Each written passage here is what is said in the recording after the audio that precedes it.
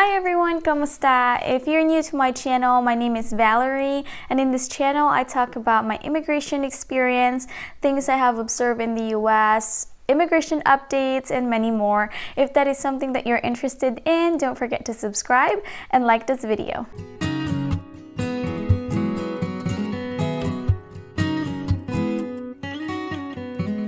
So today I'm going to share with you what you should be doing after getting your naturalization certificate or your citizenship. So as most of you know, I've gotten my citizenship or my naturalization certificate in April of this year, 2024. So after that, my lawyer informed us that we need to do or update things after that naturalization process, because now I'm a citizen, so I have to update my social security, I have to get a passport and all that stuff. So that's what we're going to talk about today. There's 5 things that you can do after getting your naturalization process. You can probably do or alternate them, whichever would be best for you, but this is what we did because we find it easier to do it this way. So I'm going to be sharing what I did after my naturalization. The first thing we actually did was to go to the DMV, or the Department of Motor Vehicles. So each state, they have their own DMV, and you can book an appointment ahead of time if you want, or some other places they accept walk-ins. For us, we look up online to set an appointment, but appointment schedules are like 3 months out. So we decided, let's see if we can walk in maybe like a further DMV office, maybe like more in like a rural part instead of the city, because city, they're most of the times they are busy and they're fully booked and everything, so they don't accept walk-ins. So we drove, I think, about an hour and a half, and then we found a DMV there, and then we just tried and see if we can walk in.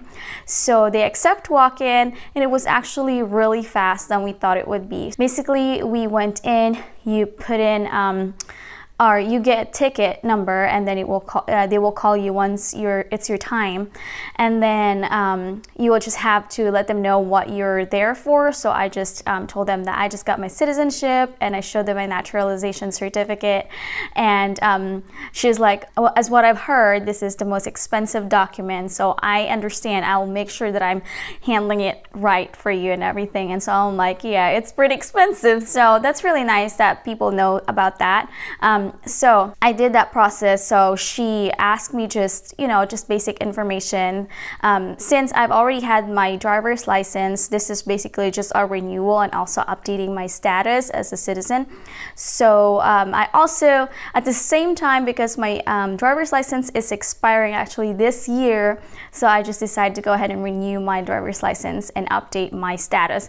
So so she just made a copy of the naturalization certificate. She's not going to take the certificate, okay? So make sure you get the certificate back, because it's very important. Your life depends on it.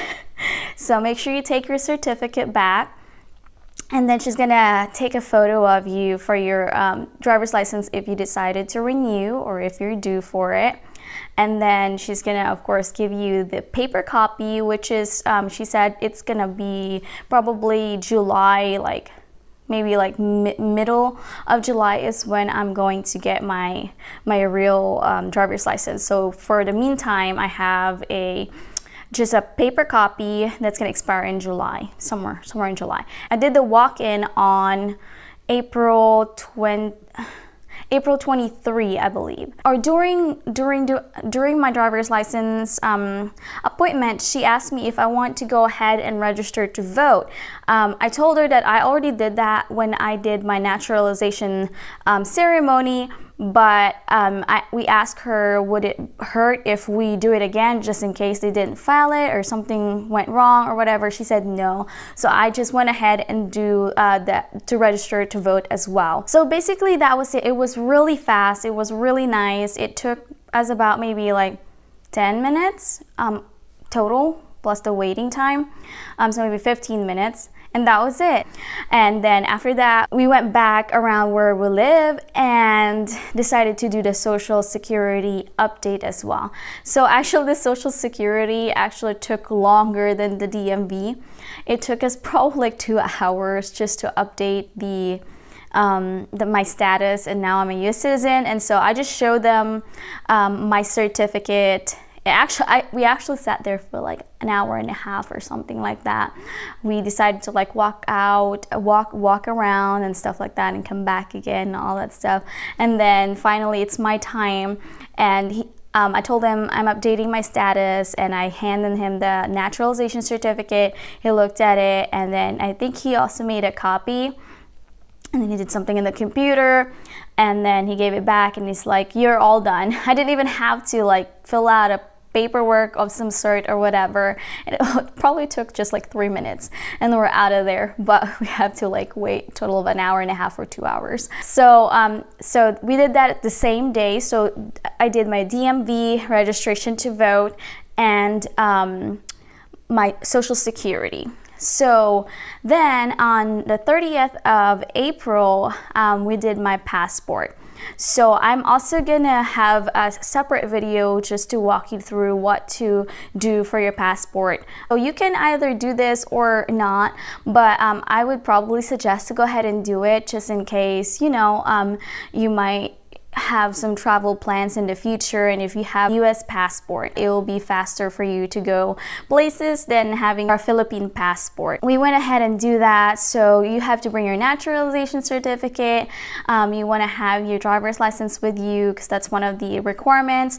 You can fill out the form online, or you can go to the post office, which also do the service of US passport.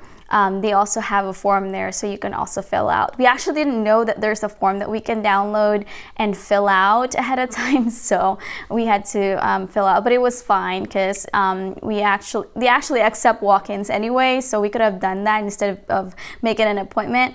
But it was pretty good. And then you just have to pay a fee. And then after that, they will tell you when you're going to be expecting your passport. So for me, he said that it's going to be around August of 2024 is when I'm going to get my passport. But if you have travel plans and you have not done your passport, you can also expedite it, but I think it's more charge than the usual wait time. So now I've done my passport. As of the moment, I haven't started my dual citizenship process yet, but I am looking at it. And so make sure you subscribe so I can also update you on what to do with your dual citizenship. What are the requirements needed? What are the things that you need to do? Do you need to do it right away? And all that stuff. So make sure you stay tuned. So let's summarize everything. So I did my DMV appointment for my driver's license update and registered to vote. I did my social security update. I did my passport, and on process right now I'm trying to process my dual citizenship. So right now those are the things that you can do after your naturalization process. And note, make sure that you, for your passport, make sure that you do make sure that you make a colored copy of your naturalization certificate, because they will take the original of your naturalization certificate, but they will give it back to you like 3 days after you receive your US passport. So just make sure that you are aware and make a copy for yourself, just in case you needed to show a document. So that's it for today. If you guys have any questions, let me know in the comments below, and I will see you next time. Bye.